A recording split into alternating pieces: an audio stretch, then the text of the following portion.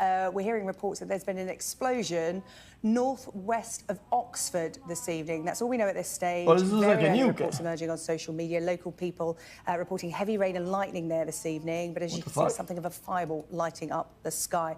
We are chasing the event of Oxford this evening. That's all we know at this stage. Very early reports emerging on social media. Local people reporting heavy rain and lightning there this evening. But as you can see, something of a fireball lighting up the sky.